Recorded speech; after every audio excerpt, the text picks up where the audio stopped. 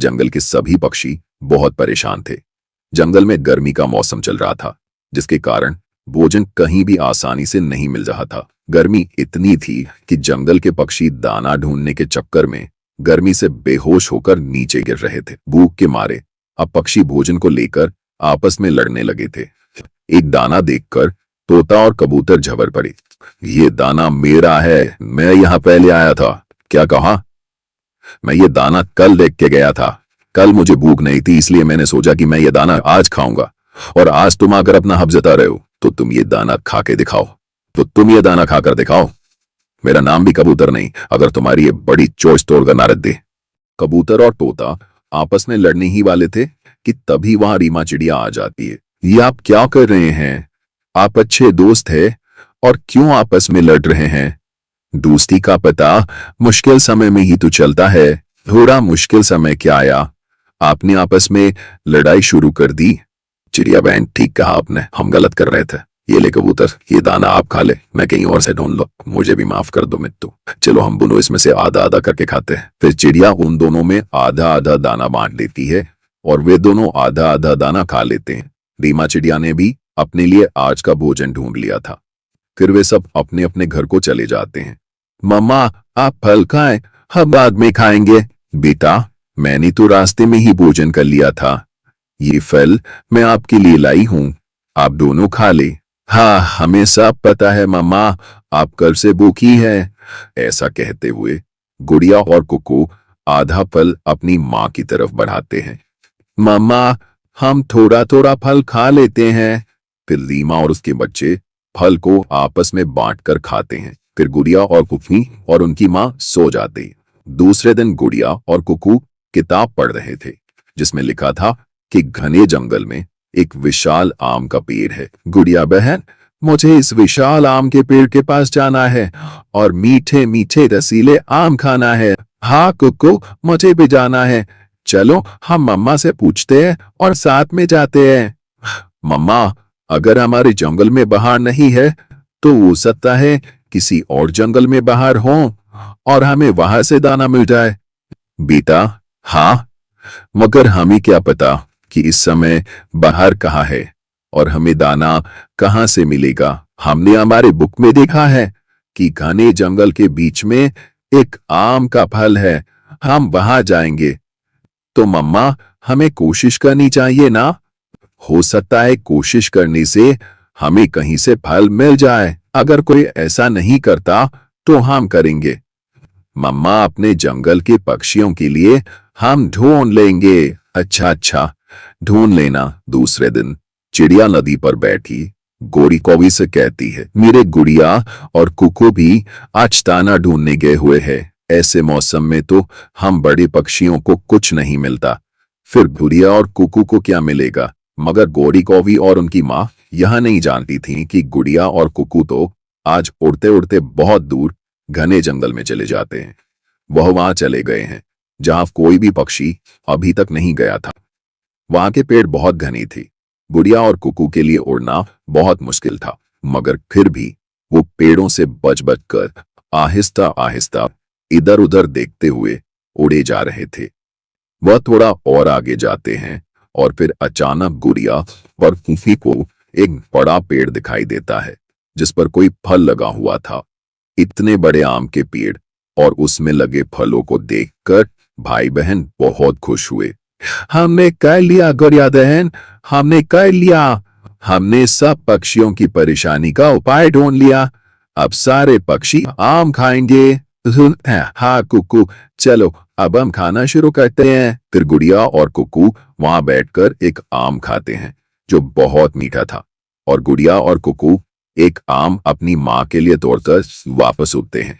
वो बहुत तेजी से उड़ते हुए अपने घर पहुंचते हैं। मामा मामा, देखिए हम आपके लिए क्या लाए हैं। मुझे अपनी आंखों पर विश्वास नहीं हो रहा। आप दोनों ये आम कहाँ से ले आए हैं?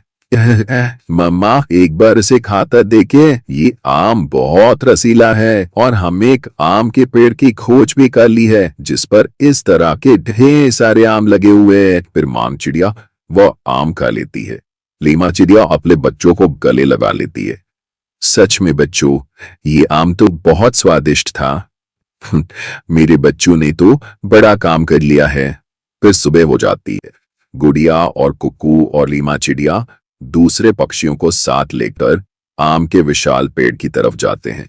गुड़िया और कुकू तो आज ऐसे आगे आगे उड़ रहे थे जैसे वह सारे पक्षियों से बड़ी हो, क्योंकि उन्होंने बहुत बड़ा काम कर लिया था। वे सब पहुंच जाते हैं। चिड़िया को अपने बच्चों पर बहुत गर्व महसूस हो रहा था और गुड़िया और कुकू भी बहुत खुश थे। वाह गुड़िया और कुकू, तुमने तो कमाल कर दिया। तुमने हम सबकी जान बचा ली। अब ये पेड़ हम सब पक्षियों को कई दिन तक आम देता रहेगा। फिर सभी पक्षी मजे से आम खाते हैं और अपने दिन खुशी से गुजारते हैं। कौवों का घर और चिड़िया का घर आमने सामने था। चिड़िया का घर टूटा फूटा था। कौवों का परिवार नदी किनारे ठंडी छांव में बैठा पिकनिक मना रहा था। गौरी कौवी ने कालू कौवे और अपने बेटे जग्गू कौवे को मीठे जामुन खाने के लिए देती है। वाह वाह, आज तो जामुन खाने का मजा ही आ गया। अगली बार कुछ मजेदार खाएंगे। पिताजी पिताजी, मुझे नूडल्स खाने हैं। अच्छा अच्छा ठीक है, अगले संडे को नूडल्स बना दूंगी। कौवों का परिवार मजे से मीठे जामुन खा रहा था कि तभी वहां चिड़िया की बेटी गुड़िया आ जाती है। अंकल अंकल, आंटी गौरी, थोड़े से जामुन मुझे भी दे दें। ची ची, चल चल हट यहां से, निकल निकल यहां से, आ जाते हैं। चल जग्गू घर चल। मामा, वो भी तो मेरी तरह छोटी सी बच्ची है, इसे भी थोड़े से जामुन दे दे। जग्गू चुप करके जामुन खा। वो तुम्हारी तरह नहीं है, वो गरीब चिड़िया की गरीब बच्ची है। वो अपनी माँ से जाकर दाना लेकर खा लेगी। गुड़िया डरती हुई वहां से चली जाती है। कौवे भी अपने घर आते हैं। माँ, गुड़िया आंटी और उनका परिवार नदी के पास बैठकर मीठे मीठे रसीले जामुन खा रहे थे। मैंने थोड़े से क्या मांग लिए, वे मुझे डांटने लगी। गलत बात है गुड़िया, ऐसे किसी से फल नहीं मांगते। जग्गू की नानी का फलों का बाग है, इसलिए वो कोई भी फल खा सकता है। मुझे जामुन बहुत पसंद है माँ। जग्गू को अपनी सहेली के लिए बुरा लगता है। वह चुपके से घर से फलों की टोकरी से मीठे जामुन निकालता है और गुड़िया के घर पहुंच जाता है। गुड़िया बहन, मैं आपके लिए जामुन लेकर आया हूं। बेटा, क्या आपके मम्मा पापा को पता है? नहीं आंटी, मैं मम्मा पापा से चोरी से लेकर आया हूं। बेटा, ऐसे मम्मा पापा से चोरी नहीं करते, ये बुरी आदत होती है। मम्मा, जग्गू मेरा दोस्त है, मेरे लिए जामुन लेकर आया है, मैं तो खाऊंगी। गुड़िया और जग्गू से जामुन लेकर खाती थी। गौरी कौवी हर वक्त अमीर होने का घमंड करती थी। कुछ दिनों बाद जग्गू बॉल लेकर गुड़िया के साथ खेलने आता है। जग्गू, बहुत मजा आ रहा है, अब हम हर रोज ऐसे ही खेला करेंगे। तभी गौरी कौवी वहां गुस्से में आधमकती है। तुझे मैंने कितनी बार इस चिड़िया की बच्ची से खेलने से मना किया है, आज मैं देखती हूँ तेरी सारी दोस्ती। आंटी, जग्गू मेरा दोस्त है। गौरी कौवी गुस्से में गुड़िया को पकड़कर मारने लगती है। मम्मा मम्मा, मेरे दोस्त गुड़िया को छोड़ दे, प्लीज मेरे दोस्त को छोड़ दे, मैं दोबारा कभी गुड़िया से खेलने नहीं आऊंगा। गौरी गुड़िया को छोड़ देती है। गुड़िया रोती हुई अपनी मम्मा के पास जाती है। मम्मा, मैं जग्गू से खेल रही थी कि गौरी आंटी आकर मुझे मारने लगी। गुड़िया बेटा, क्या हुआ? आप रो क्यों रही हो? माँ, मैं जग्गू के साथ खेल रही थी, तभी गुड़िया आंटी आई और मुझे मारने लगी।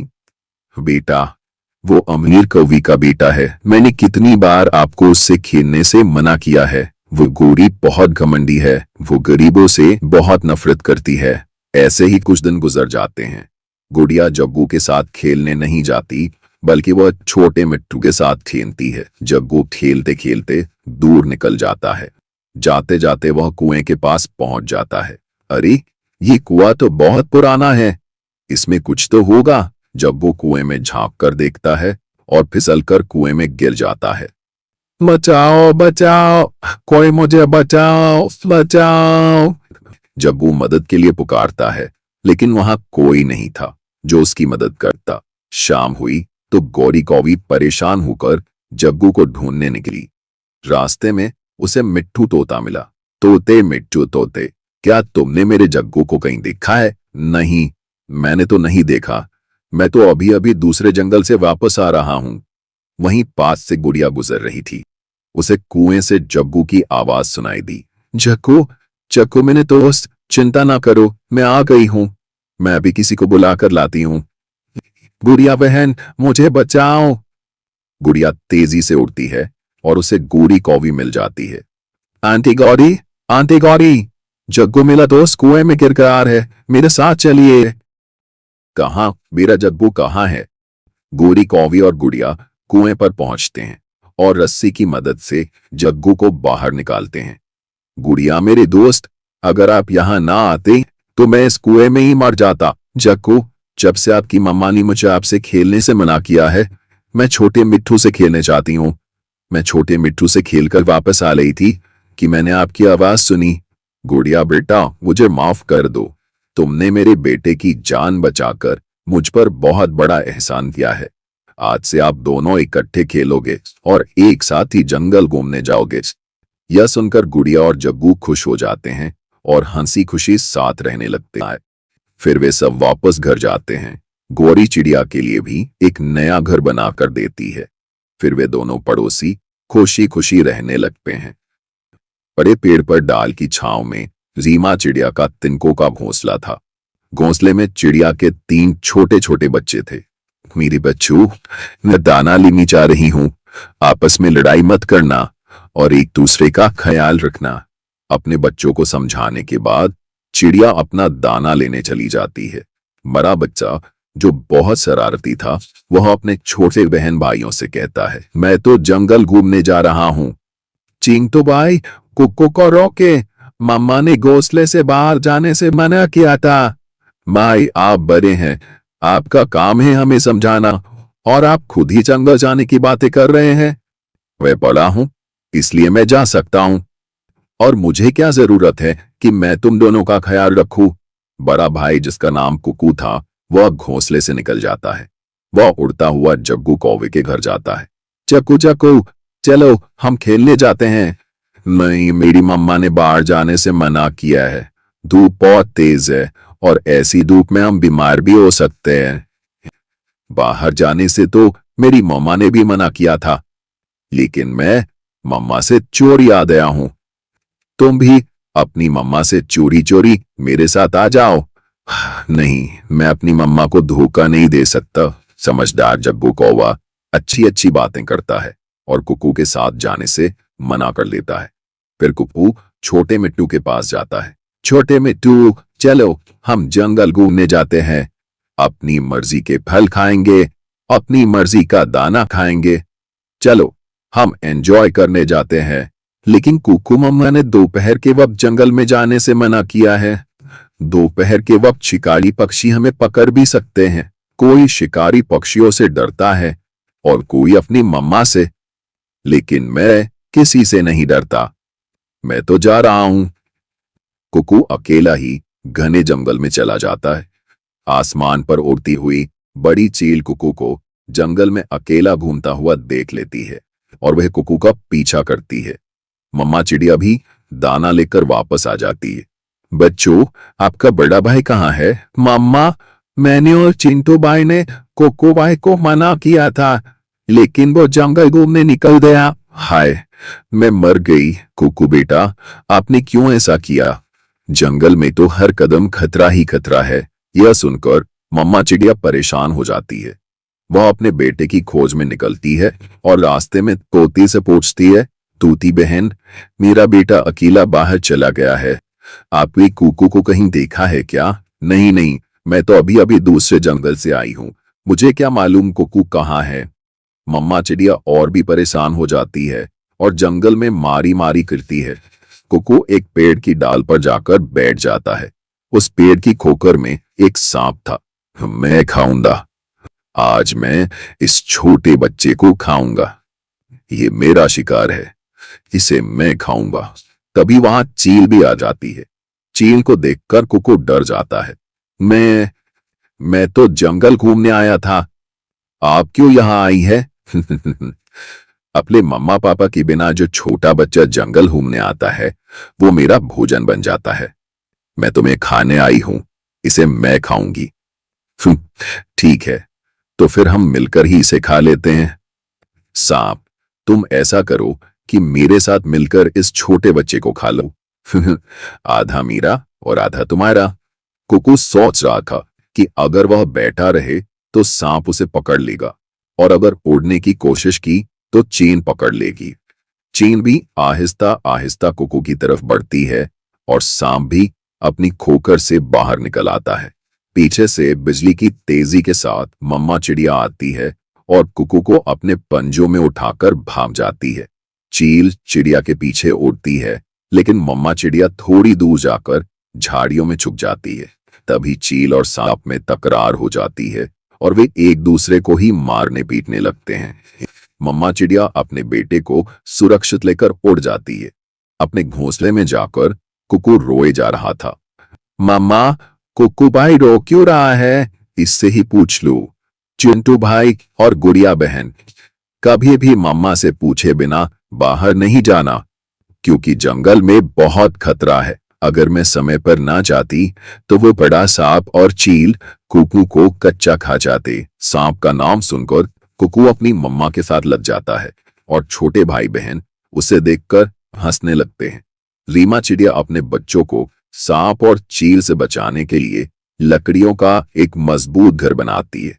अब ना सांप और ना ही चील उस घर में घुस पाते थे। इस तरह वे सब उस घर में खुशी खुशी रहने लगे। शहर की चिलचिलाती धूप और शोर शराबे के बीच टुन्नू अपनी छोटी सी रेहड़ी पर नारियल पानी बेच रहा था। वो अपने परिवार से दूर शहर में पैसे कमाने आता था ताकि जंगल में रह रहे अपने परिवार का पेट भर सके। उधर जंगल का मौसम तेजी से बदल रहा था। काले बादलों ने आसमान को घेर लिया था और हवाओं में एक डरावनी सरसराहट थी। सुन्नो पसीने से तरबतर होकर एक ग्राहक को नारियल पानी देता है। दीजिए साहब, एकदम मीठा पानी है, सारी थकान मिट जाएगी। ग्राहक पानी पीकर चला जाता है। टुन्नू आसमान की ओर देखता है। लगता है जंगल की तरफ बारिश शुरू होने वाली है। मुझे घर की बहुत याद आ रही है। पता नहीं माँ की तबीयत कैसी होगी। पिछली बार वो बहुत खांस रही थी। तेज आंधी चल रही है। टुन्नू का पुराना घोंसला हवा में झूल रहा है। माँ कोने में तिकुड़ कर बैठी है और जोर जोर से खाद सही। जी माँ, हवा बहुत तेज है, कहीं छत न उड़ जाए। माँ, मुझे डर लग रहा है, पानी की बूंदें अंदर आ रही हैं। डरो मत चुटकी, मैं हूं ना। माँ जी, आप ये चादर ओढ़ लीजिए, आपकी दवाई भी खत्म हो गई है। अगर बारिश और तेज हुई तो बहुत मुश्किल हो जाएगी। मुझे टुनिम जी को खबर करनी होगी। रीमा तूफान में उड़ते हुए मुश्किल तक कालो कौवे के पास पहुंचती है। कालू अपने घर में बैठा है।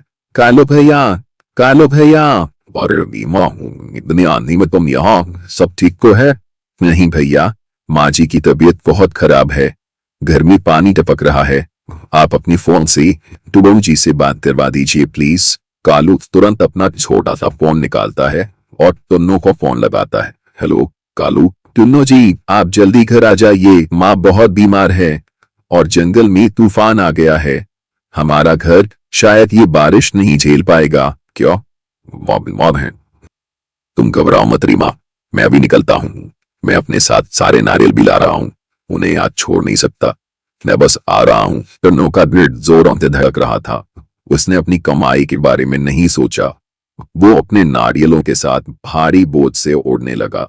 हवा उसे पीछे धकेल रही थी, लेकिन माँ की बीमारी और परिवार की चिंता उसे दुगनी ताकत दे रही थी।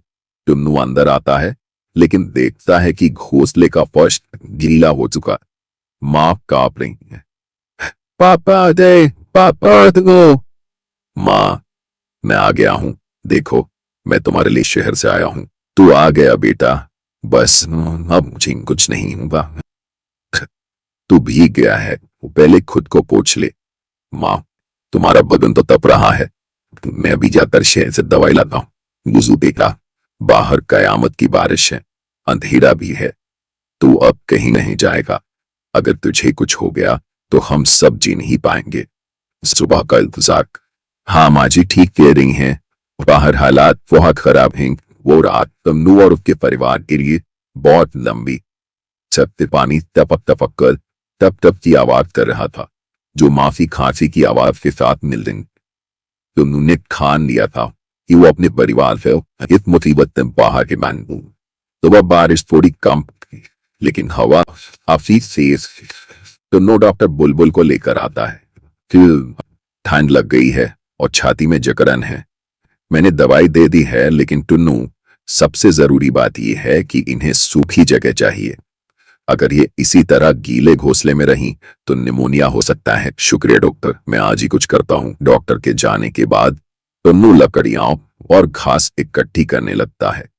टुन्नू घोंसले की टूटी हुई दीवार पर नई घास और लकड़ियां लगाता है, लेकिन हवा का एक तेज झोंका आता है। सारी घास और लकड़ियां उड़कर दूर जा गिरती हैं। हे भगवान, ये हवा तो कुछ भी टिकने नहीं दे रही। मैं क्या करूं? मां को कैसे बचाऊं? पापा, क्या हमारा घर कभी ठीक नहीं होगा? टुन्नू हताश होकर एक पेड़ के नीचे बैठ जाता है।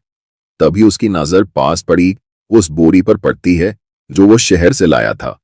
उसमें से कुछ नारियल बाहर लुढ़क गए थे।